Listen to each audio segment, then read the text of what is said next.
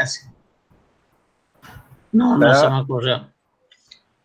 Y bueno, vamos a grabar. ¿Y vas a grabarle vos?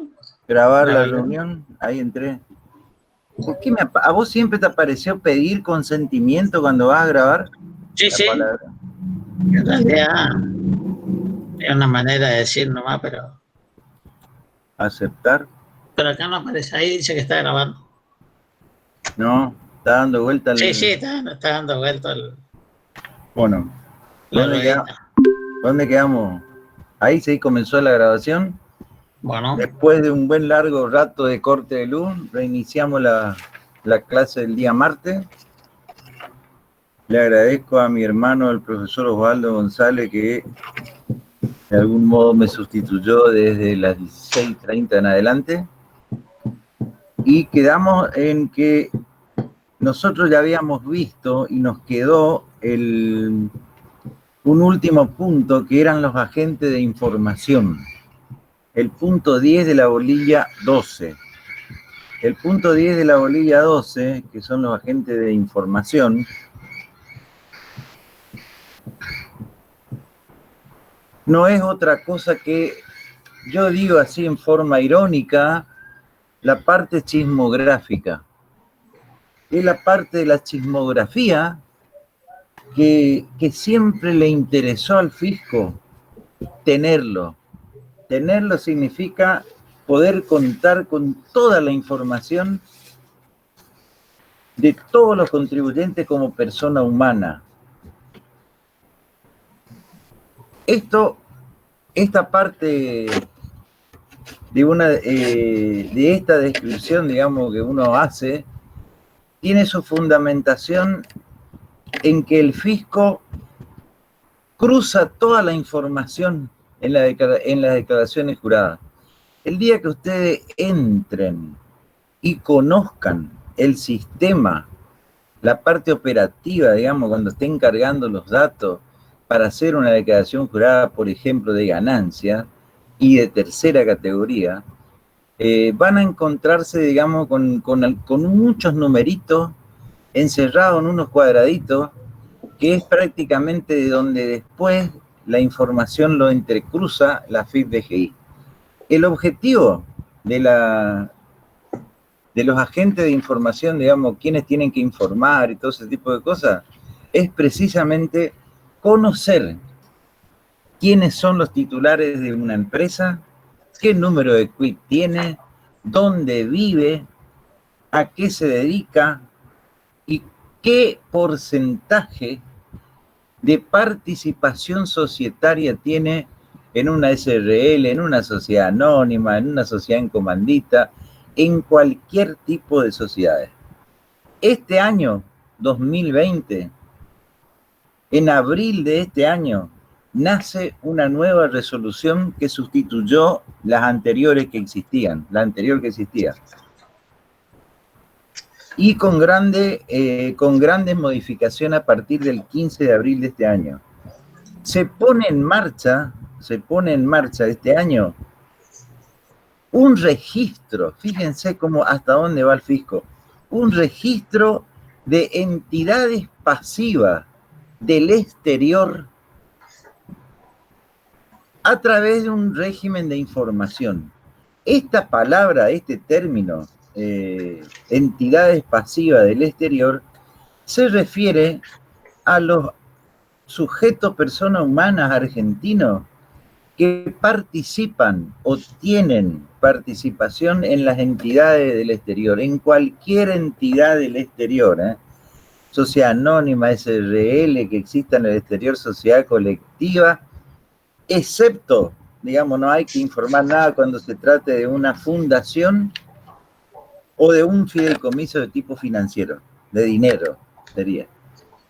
¿Y esto dónde tiene su sustento? Fíjense que la creación de este registro de las entidades pasivas, nace en el artículo 90 de la ley 27.260 de reparación histórica. Así se lo conoció a esta ley en la época del gobierno anterior, en la época del gobierno de Macri. Esta ley se lo conoció también como ley de blanqueo.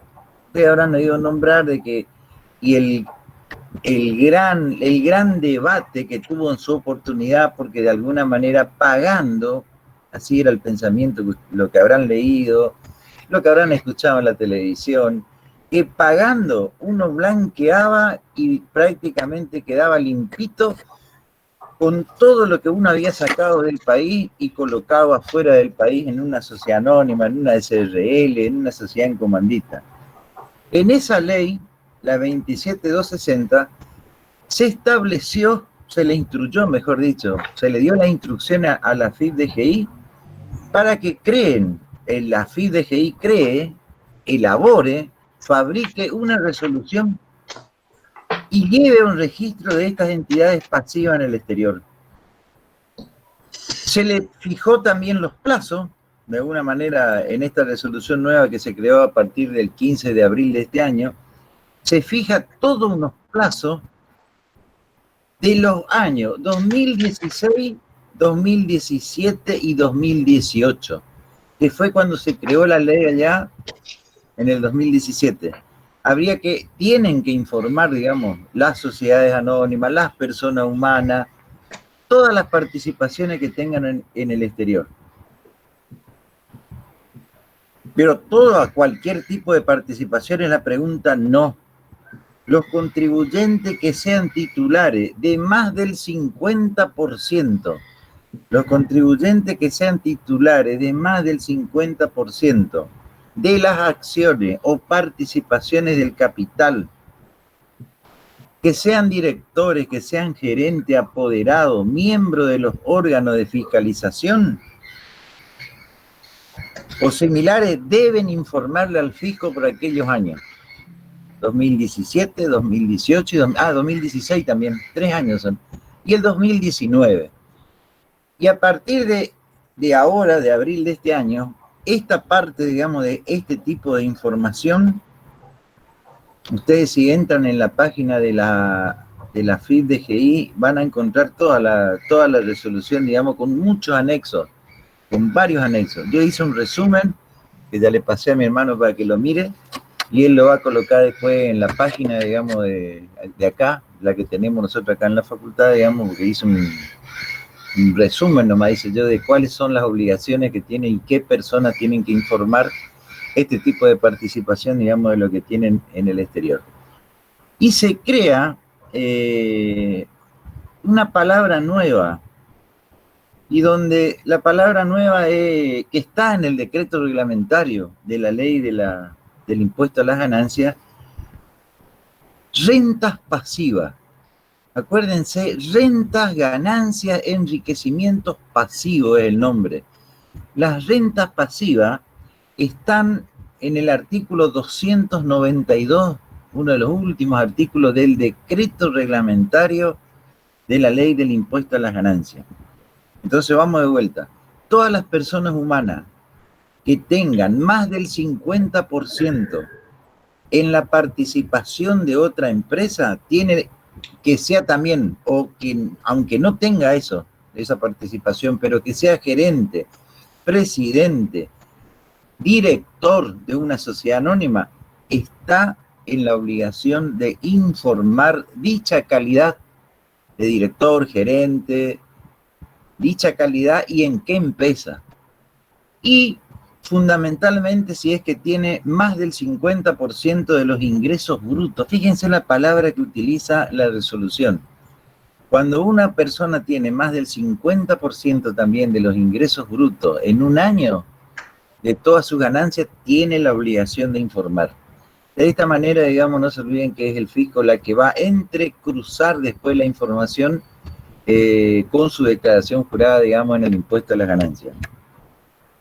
¿Cuáles son las rentas pasivas? Pasiva, ya le dice el nombre. Es como que la persona humana tiene muy poco que hacer. Rey, en su libro, generalmente cuando analiza todas las categorías, es uno de los pocos autores que se conoce cuando analiza el impuesto a las ganancias. Él dice que, por ejemplo, lo de primera categoría prácticamente no hace nada, la persona humana no hace nada porque la renta fluye, nace de los inmuebles. De un campo, por ejemplo, que esté alquilado, que esté arrendado, perdón, de una vivienda que se alquile, ahí es prácticamente nulo la participación de una persona humana. Una vez que se hizo el contrato, el inquilino lo único que hace es hacer una transferencia vía bancaria, le acreditan en la cuenta y está cumpliendo con el contrato. En la segunda categoría también es muy poca la participación que tiene una persona humana, excepto cuando firma el contrato por el préstamo de dinero y todo ese tipo de cosas. Agarra un teléfono desde su casa y habla con el gerente del banco y le dice: quiero que me compre las acciones de Pirelli, las acciones de Asindar, las acciones de las empresas grandes que cotizan en bolsa, tanta cantidad. Agarra el teléfono cuando lo tiene que vender. Ahora, por ejemplo, hoy creo que salía el ministro de Economía para bajar el dólar, por ejemplo, con un bono, con un título público. Y bueno, la persona que tiene muchas horas ganan mañana, van a agarrar el teléfono y le van a decir: hoy, esta tarde, comprame ese bono que me va a dar, digamos, una buena rentabilidad. Es muy poco el despliegue o las acciones humanas que hace una persona. Entonces, este tipo de rentas pasivas están establecidas en el artículo 292 porque prácticamente son ingresos que provienen de los alquileres de inmuebles, así como yo les estoy contando, préstamo de dinero, enajenación o compra-venta de acciones, títulos públicos y los dividendos. Entonces prácticamente no hay nada que hacer. No es que no hay nada, muy poco es el despliegue. Y esas rentas pasivas tiene también, de alguna manera, se le busca quién va a ser el último titular. El último titular siempre va a ser una persona humana. A ver, para que ustedes entiendan y el día que lean, si quieren leer toda la resolución o cualquier, digamos, piensen, digamos, de alguna manera como el fisco. El fisco siempre, digamos, acá en Argentina o en el sistema capitalista occidental y cristiano, nosotros los humanos somos lo que creamos en nuestra mente. Ideamos, de ahí viene la palabra ideamos, los entes ideales. Los entes ideales es una creación nuestra propia del ser humano. Ya en la época de Cristóbal Colón, ahí se creó la sociedad anónima, digamos, entre los comerciantes. Fue una creación muy del ser humano. Y siempre tenía, digamos, detrás, siempre se piensa, detrás de toda entidad, de todo ente ideal, siempre hay una persona humana. Siempre, debe haber siempre una persona humana. ¿Está? Así tienen que entrar a pensar. Entonces el humano, la persona humana, es la que tiene que de última soportar todos los impuestos. Lo va a pagar por una sociedad anónima, por una SRL, pero siempre está el despliegue o las acciones de un ser humano. Según el dictado de esta resolución, que es la 4697 de este año, 4697, la resolución a partir del 15 de abril de este año está en vigencia, deja sin efecto toda la otra que estaba vigente antes, que era la 3293, la que estaba en vigencia, y lo deja sin efecto. Y esta resolución tiene tres ejes fundamentales, 3 títulos. El título 1, que se refiere a la información anual, en forma anual, para las entidades personas humanas argentinas, personas humanas de nacionalidad argentina. El título 2 es parecido al título anterior de la otra resolución que existía antes, que es el registro, la registración de las operaciones de transferencia de las participaciones. Ya en la otra resolución se le obligaba, digamos, a todos los sujetos a que lleven un registro en donde se dejaba sentado la transferencia de las acciones, de las cuotas societarias, de las participaciones que había de una empresa a otra, que uno le transfería a una persona humana o a otra entidad, a otra sociedad, una fundación, una asociación o lo que sea. ¿Está? Y el título 3 es un régimen de actualización de las autoridades societarias. Acá el fisco lo que quiere saber en el último título, quién es el presidente de una sociedad anónima o quién es el socio gerente de una sociedad de responsabilidad limitada, quién es el presidente de los clubes deportivos. Acá entran todos, digamos, las personas que de alguna manera administran, y administrar significa tener facultades, administran, digamos, entidades o participan, digamos, dentro de nuestro sistema y que de alguna manera están dentro del circuito, digamos, en la República Argentina. Estos tres regímenes son los que están en la 4697, que es la que está vigente ahora.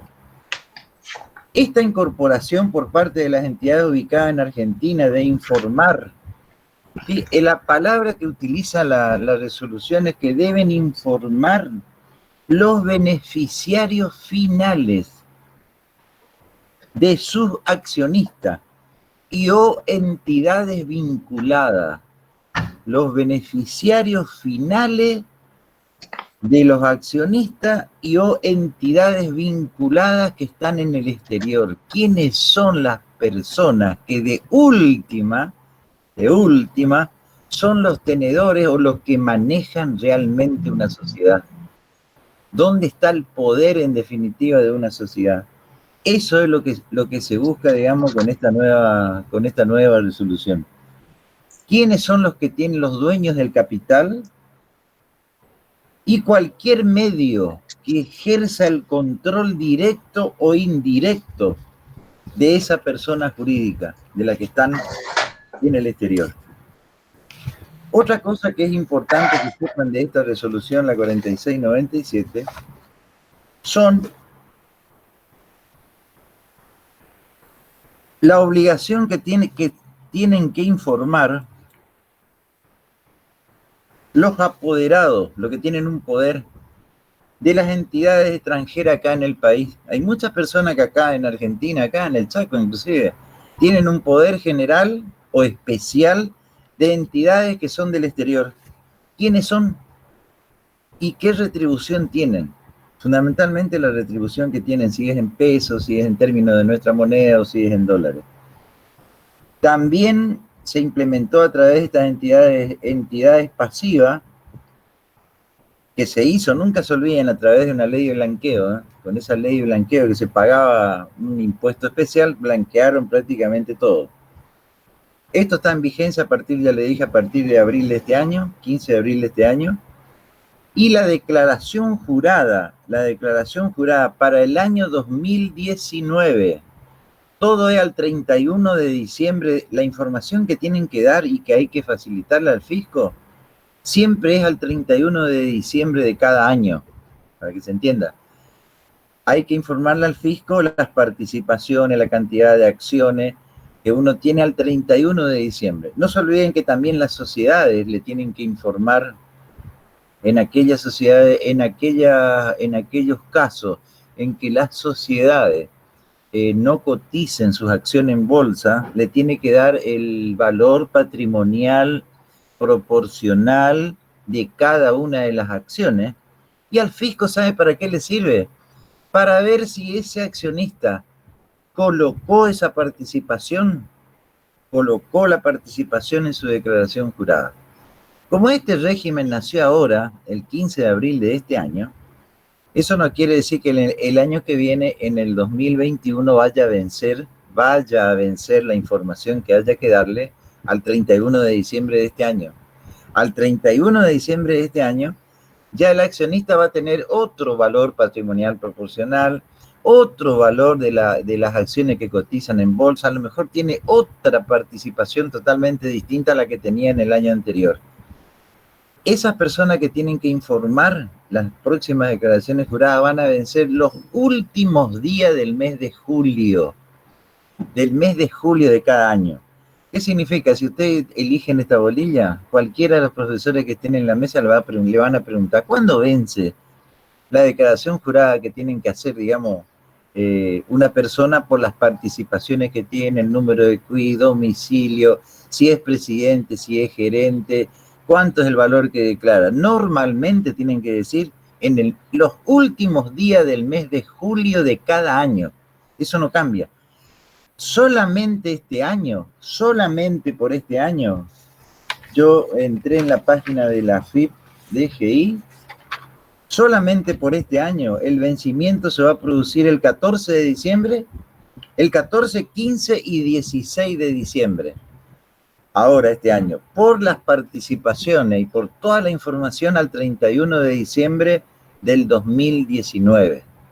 Es una excepción que se hace este año. Entonces está venciendo en diciembre, pero para el año que viene, y a partir de ahí siempre va a ser el último día, los últimos 2 días son el 29 y el 30 de julio. Y si cae, digamos, si el día es feriado o es un día domingo, se va a trasladar, digamos, al día hábil inmediato siguiente. Bueno, esto es lo que tienen que saber con la parte de del régimen de información. Y no tienen que tener ningún miedo en decir, digamos, de que esto es una cosa que ya está creado hace muchos años y que ahora lo único que se hizo fue, se perfeccionó como consecuencia de una ley que fue el blanqueo, ley de blanqueo, que existió en el gobierno anterior. Es el artículo 90 de esa ley, en donde prácticamente tienen que informar todas las participaciones que una persona tiene, no solamente acá en el país, sino también fuera del país. ¿Y por qué eso? Si le preguntan en una mesa. ¿Y por qué el impuesto a las ganancias global y mundial? Es muy sencillo. Al ser global y mundial queremos saber la participación que tiene una persona en Alemania, en la Renault, en la Volkswagen de allá, en una empresa japonesa, en Yamaha, en Honda, si tiene alguna acción que compró, qué valor tiene y todo ese tipo de cosas. ¿Está? Esa es la parte que tienen que saber. ¿Y por qué está venciendo siempre a mitad de año, en el mes de julio? Nunca se olviden de que las declaraciones juradas de la persona humana siempre está venciendo antes de esa fecha. Y el entrecruzamiento que se da es la información posterior. Entonces ahí es donde el fisco quiere saber si realmente declaró en su declaración jurada que venció en junio la participación que tenía, digamos, en otra empresa, acá en Argentina o fuera de la Argentina. Lo que me llamó la atención cuando estuve analizando esta resolución, que de paso le voy a agradecer a mi hermano porque él me dio, digamos, un lindo artículo de la revista esta RPAR.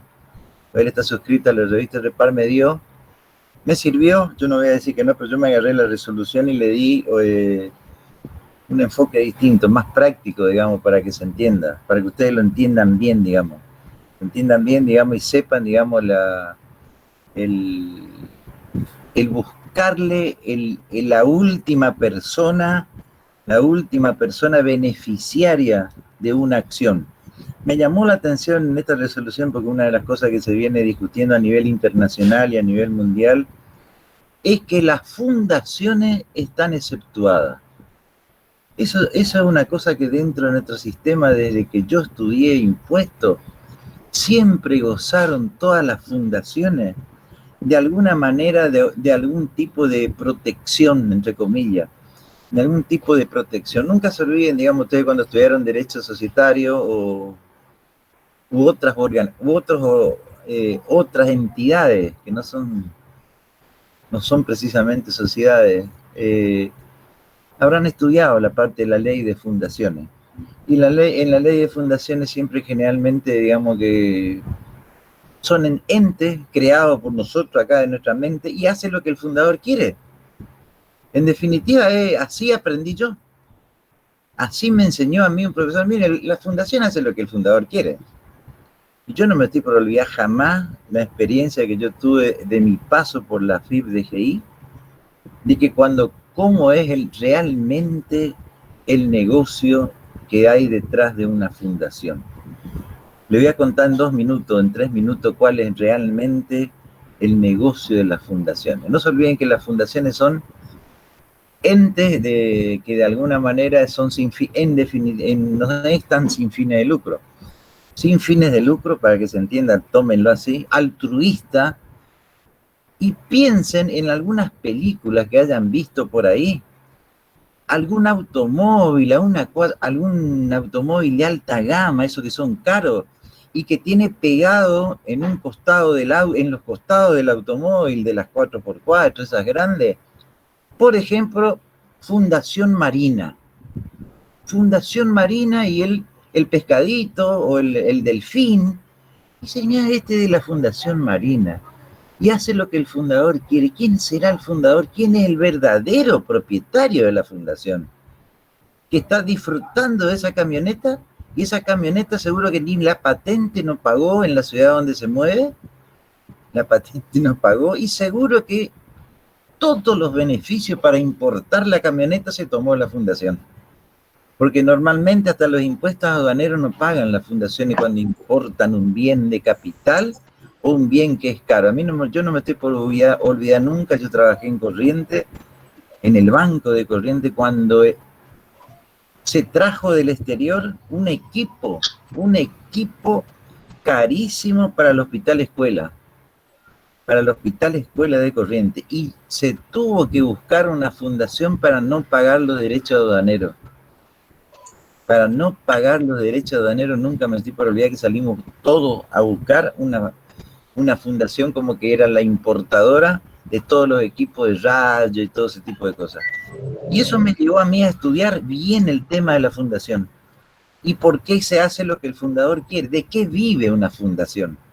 ¿De qué vive una fundación? Bueno, yo pasé por la FIP-DGI y nunca me voy a olvidar de un judío. De los judíos hay que aprender, como yo digo. El judío cuando me vio en la FIP-DGI me dijo, ¿qué está haciendo acá? Vos te venís conmigo, me acuerdo que me dijo, y te vas conmigo. Y vas a participar en la creación de una fundación. Acá en Argentina, para los que son varones, el género masculino, y todavía vive, uno que fue director técnico del seleccionado argentino. Ese director técnico era socio, accionista de una entidad financiera, ni siquiera era banco, ni siquiera era un banco, era una entidad financiera que se llama Abaco. El Abaco es el contador, que cuando ustedes eran chiquitos es un aparatito, es así una cosita, y tiene todo unos redonditos adentro, como la chapita esa que uno va contando, el contador o los botones grandes que uno va contando. Ese es el Abaco. Si ustedes miran en el diccionario qué es el abaco, es el contador que cuando jugábamos nosotros era 1 más 2 más 3 más 4. Bueno. César Luis Menotti se llama, la persona que yo les cuento. César Luis Menotti tenía la compañía financiera Abaco y me tocó una suerte de, en mi paso por la FIP, de hacerle la fiscalización junto con otras personas que eran de Buenos Aires, de la capital federal. Y nos llamó la atención los bienes de uso dentro de la financiera, que los bienes de uso tenían muy pocos bienes de uso, poquísimo. Algunas sillas, algunos escritorios, y muy poco en el balance, en la estructura del balance, en el cuadro de bienes de uso, muy pocos bienes de uso. No es que no había, usted se iba a todos los negocios estos que prestan dinero, que eran entidades financieras, se encontraban con unos sillones de primer nivel, todas las computadoras. ¿Qué hacía esta empresa, Abaco? Le alquilaba a una fundación que eran de los mismos propietarios, de los mismos accionistas de Abaco, de Abaco Sociedad Anónima, para que se entienda. Entonces, ¿la fundación de qué vivía? De la renta de un alquiler. ¿Y qué alquileres encontramos ahí? Las mejores ubicaciones en la capital federal, en pleno centro, que vale muy caro, digamos, los inmuebles a nombre de la fundación. O sea que Abaco pagaba el alquiler del inmueble para desarrollar sus actividades, pagaba los satélites. Era la única empresa que en tiempo real hace lo que hoy, años después, apareció Western Junior o Western Union, que es la transferencia, digamos, en vivo se le dice, en tiempo real del dinero, digamos, de acá a Bolivia, acá a Perú, que es lo que hacen ustedes cuando ven la cola esto se hace acá al lado de Lotería Chaqueña. Los que son chaqueños acá, viven acá en Resistencia, ahí en la vereda de la UM, ahí hay un local en donde van a encontrar muchas personas, digamos, haciendo cola, que hacen transferencia a través de Western Union, a Perú, a Bolivia, por los laburo y mandan a sus familiares. O en el correo argentino. Antes tenían acá en la casa de cambio que está acá, digamos, en la José María Paz. Antes Western Union estaba ahí, ahora ya no está más. Bueno, esta empresa pagaba muchísimo alquiler. ¿Y a quién le pagaba? ¿Quién vivía de...? ¿Quiénes eran los verdaderos dueños de los muebles y útiles? Y hasta de los satélites. Los satélites se ocupaban para la transferencia. Y de ahí apareció la ocupación, el alquiler también de los principales bancos de la República Argentina. Ahí nació el dinero nunca duerme, que es el overnight. El overnight, que es una palabra inglesa, el dinero nunca duerme. Todo lo hacían a través de la fundación. La fundación vivía de eso, de un servicio que en definitiva no pagaba impuestos a las ganancias. Eso quiero que sepan y aprendan, así como ven en una película, la Fundación Marina, la Fundación tal. ¿Y quién vive en esa casa? Qué hermoso! Uy, mira esto lo que es ni el impuesto inmobiliario. La fundación prácticamente, en el primer nivel de gobierno, a nivel municipal, a nivel provincial y a nivel nacional, prácticamente siempre estuvieron exentos a nivel mundial. O sea que es conveniente siempre eso. Bueno, ¿qué hice yo en el Banco de Corrientes? Creamos la fundación del Banco de Corrientes. Transferimos muchos activos a la fundación, entonces la fundación después la alquilaba al banco. El banco tenía para deducir los alquileres de Mercedes, de Corrientes, de Paso de los Libres, de Goya, donde vivían los gerentes. A los gerentes también se le daba la vivienda en Posada, en Buenos Aires. Y era el ahorro también creamos un ahorro en las cargas sociales.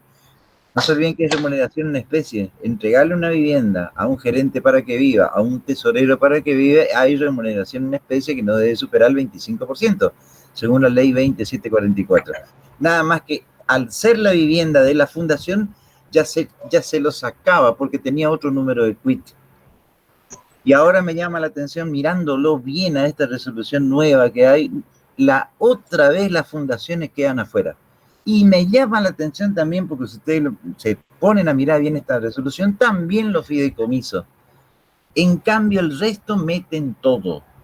El resto de las sociedades, pero meten las sociedades, la sociedad de la unipersonal, más o menos, para que lo entiendan, quedó atrapado prácticamente en esta nueva resolución.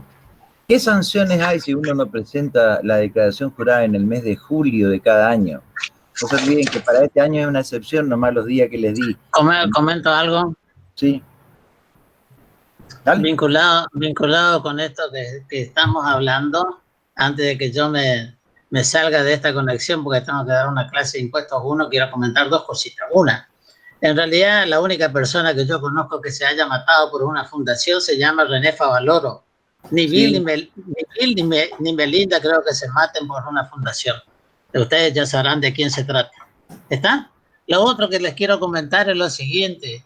El 20 de octubre, el 19 de octubre se publicó en el boletín oficial, el 20 de octubre de este año salió un régimen de información de las planificaciones fiscales. De las planificaciones fiscales, correcto.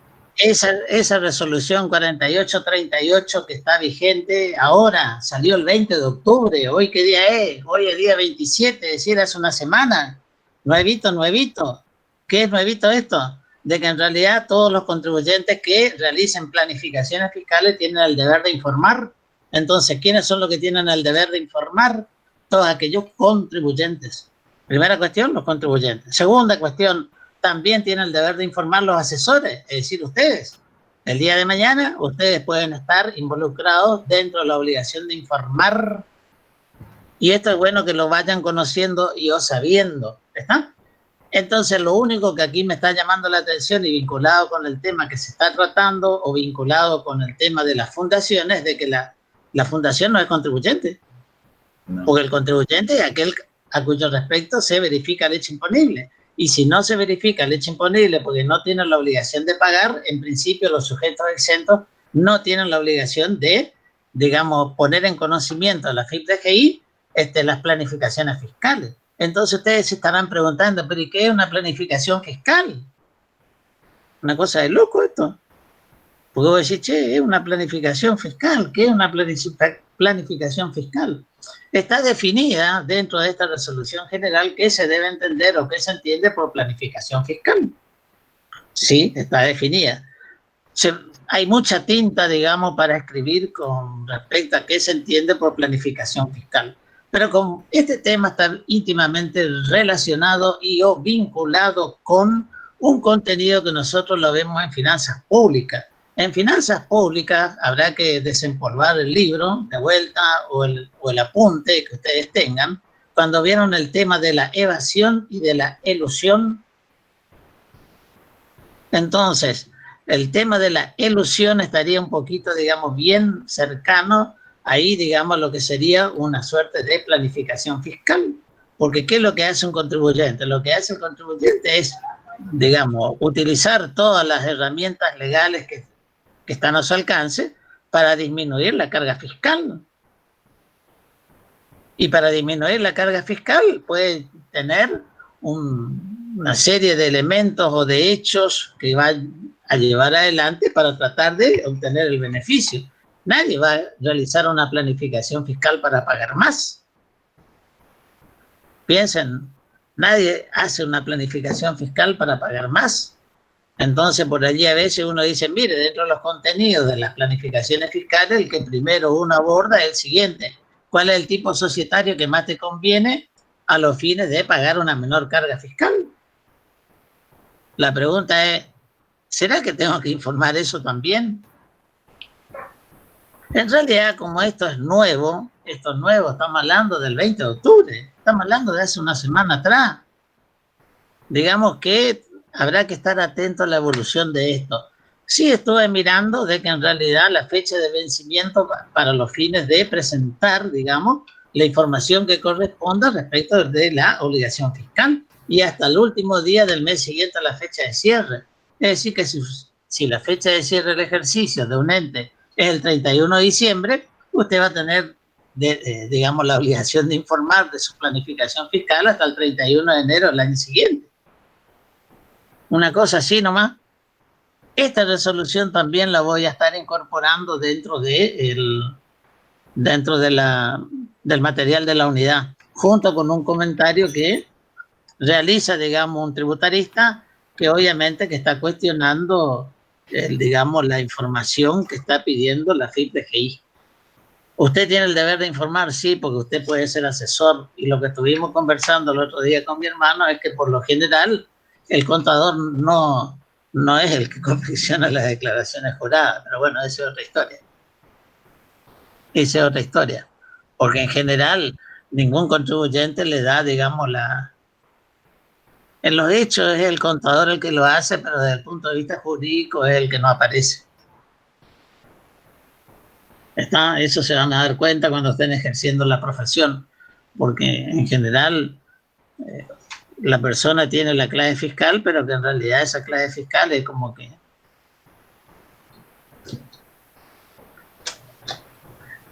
es igual que cuando usted tiene la tarjeta de su esposa o de su contrayente o de lo que fuere. Y en realidad usted es el que se va y saca el dinero del cajero del banco. La pregunta del millón que usted tiene que hacerse es quién se fue y quedó registrado ante el banco. Acá con la declaración jurada ocurre exactamente lo mismo. ¿Entendieron la idea o no?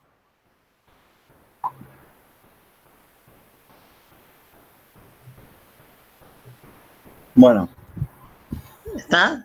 ¿Y terminaste? Sigo yo. No, yo ya me desconecto porque estoy por entrar a otra clase. Listo, chao, chicos, lo vemos. Bueno.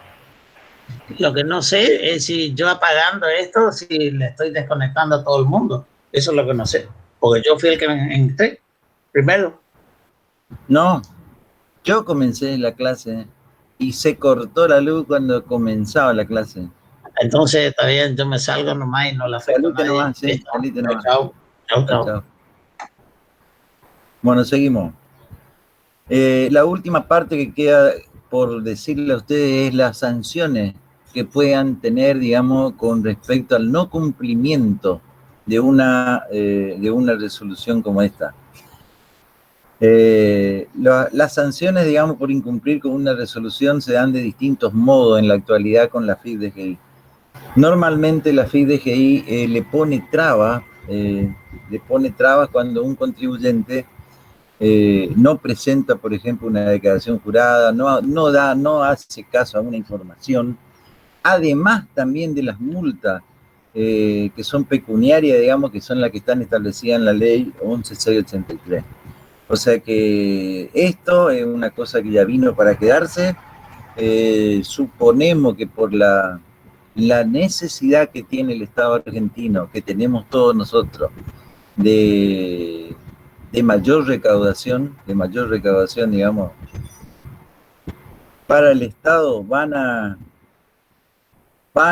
salir después del mes de diciembre, a mediados de año, a mediados del mes de diciembre, cuando venzan las declaraciones juradas, que yo ya le pasé, yo le dejé a mi hermano ahora que él lo mire, él lo va a colgar en la página, digamos que el último día es el 16 de diciembre de este año, para los que entran, digamos, en la biblioteca electrónica de la FIP-DGI, ahí van a encontrar la fecha de vencimiento, 14, 15 y 16 de diciembre de este año es el vencimiento para las participaciones hasta el 31 de diciembre del 2019. Y con esto se termina la bolilla 12. Creo que el jueves que viene, si no doy yo la clase, lo va a dar mi hermano, pero va a repetir la clase del ajuste por inflación. El sábado tenemos mesa de examen. Yo voy a tratar, no les quiero prometer, de que esto que es virtual sea lo más parecido posible a lo que era la presencialidad y que puedan, de alguna manera, ingresar. Yo voy a hablar con el ingeniero en sistema en esto, que puedan ingresar a escuchar a partir de las 8 de la mañana, digamos, el día sábado, 8:30, por ahí arrancamos, cómo es, digamos, la mesa de impuestos 2. Por lo menos en la mía, son 3 mesas. La mía estoy como jefe en una mesa, mi hermano está como jefe en otra, y creo que la contadora Menegado, Silvia Menegás me parece que es la que está, digamos, como titular en la otra mesa. Para que por lo menos escuchen en silencio, digamos, y vean, digamos, qué preguntas se le hace, cómo eligen el tema, y nosotros le damos el tema, en realidad elige el alumno, elige la bolilla nomás, vayan conociendo por lo menos el protocolo, el procedimiento, digamos, que se lleva adelante en esta mesa. A mí me gustaría que ya una vez que terminen de cursar y tengan aprobados los dos exámenes, rápido, porque tienen los conocimientos frescos, se animen a rendir esta materia y se sacan ya, digamos, porque hay muchas modificaciones que ya están dentro del presupuesto que envió el ministro de Economía al Congreso de la Nación. Hoy esta siesta, antes de entrar acá, y después vino el corte de luz, estuve mirando en un canal, se vienen unos aumentos, digamos, en todo lo que es telefonía, en todo lo que es televisión, en todo esto, computadora, de un 25, un 27% en impuesto interno y todo ese tipo de cosas, digamos, para tener mayor recaudación a partir de enero del año que viene, que es cuando se inicia con el presupuesto nuevo.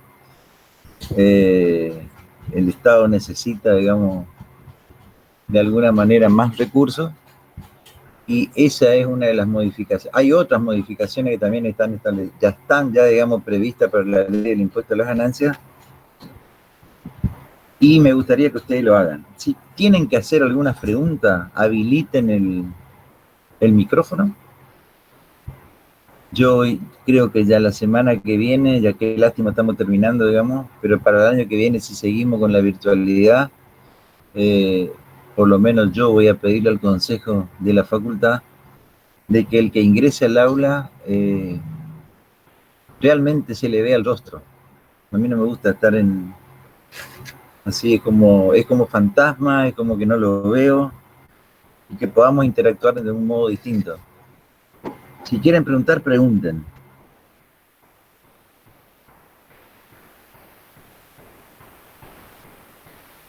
aprovechen y pregunten. Y el sábado traten de ver, digamos, creo que en la página estará, digamos, colocaremos, yo voy a pedirle que se habilite un link para que puedan escuchar el examen. Y esa es la forma en que... Ahí dice, profesor, en la página, dice el link del examen del contador Osvaldo, link de prueba contador tanto. Capaz que podemos entrar a ese link. Y quedarse quietito, todo cerrado, capaz que... Y que nadie diga nada. Y que nadie diga nada. Que puedan escuchar. Esa es la idea, de hacerlo lo más parecido a lo que era la presencialidad, que antes uno entraba, abría la puerta en el pasillo, se ponía en un costado y escuchaba cómo exponían, qué preguntas hacían y ese tipo de cosas. Profe, ¿le puedo hacer una pregunta? Para eso estamos. En el caso de que le den la autorización y se pueda escuchar la mesa el sábado, ¿cómo nos va a avisar? Y tenés que entrar en la página. Yo supongo que en la página lo vamos a tener que poner.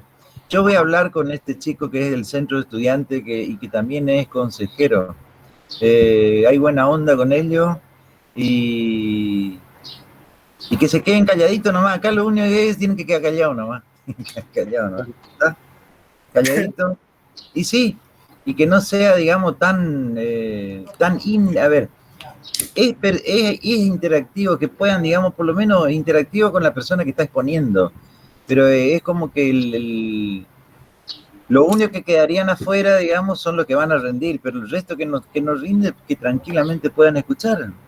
Yo no tengo por qué esconder un examen, digamos, cómo tomo un examen. Sí. Y bueno, estamos atentos a la página entonces, profe. A la página y también a la página del centro de estudiantes. Yo, digamos, soy una de las cosas que me gustaría hacerlo más, digamos, lo más parecido a lo que era la presencialidad. Es decir, Guido te llamaba. Vos, Guido, podías entrar al aula, abría la puerta y te sentabas en un costadito tranquilito, escuchabas 2 o 3 exámenes y después te iba al bar si querés o te iba a tu casa. Esto tiene que ser más o menos una cosa así. Calladito nomás y listo. Nada de nervios. Tipo milanesa de pollo. Bueno, mi hermano le contó que la única fundación en donde también lo que pasa tampoco que hay que contar la verdad de la Fundación Favaloro. La Fundación Favaloro que gozaba de la exención, porque todo lo que ustedes ven en la ley del impuesto hay que solicitar la exención. Se le quitó la exención a la Fundación Favaloro, ¿sí? Profe, corte la grabación, por favor. Si no, se va a hacer muy largo. Bueno, tiene razón. Gracias por avisarme. Vamos a entrar acá en el costadito otra vez de nuevo. No. ¿Qué pasó acá?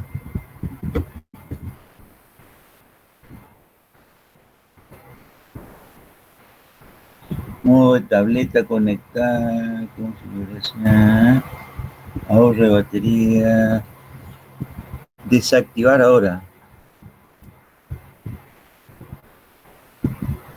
Sigue estando.